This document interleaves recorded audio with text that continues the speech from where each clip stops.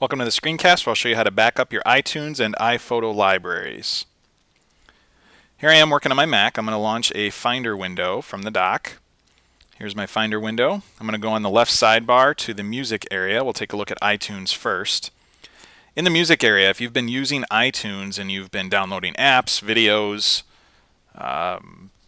music files, podcasts, anything in iTunes, all of that is saved to this folder that is called iTunes that's located here in the music area.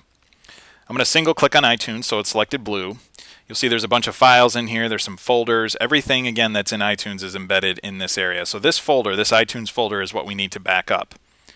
With this clicked on blue, I'm going to go up to File, Get Info, and I'm going to take a look at the size and make sure, depending on your library, however big that is, that you have enough space if you're going to put this on a flash drive or an external hard drive or your first.last user folder on the network.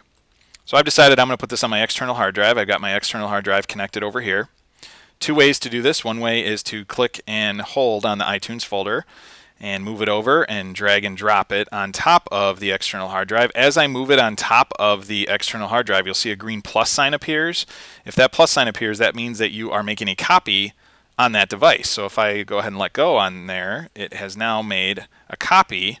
So here is the iTunes folder that is the same one that's currently on the computer here. There's now a copy of it on my external hard drive.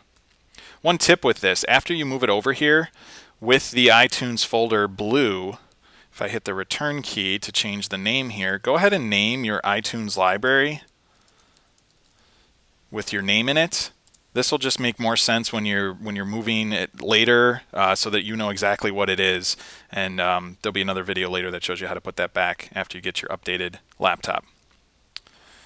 So that is copying off or backing up your iTunes library. Another step with that, if you've been using iTunes, I'm going to go ahead and open iTunes here. When you open iTunes, you want to make sure that you're signed out of iTunes. It says up here who's signed in, what account is signed in, so you can click on your name or your email address and choose sign out up correctly. So that is iTunes. Let's take a look at iPhoto. If I go to the pictures area on the sidebar here, in the pictures area there's one file that's called iPhoto library. It's represented by these three little pictures as its icon. If I'm in column view here on the Finder, it shows that the size is, this one for me is 643 megabytes. You can also do a file get info if you need to check the size like we did earlier.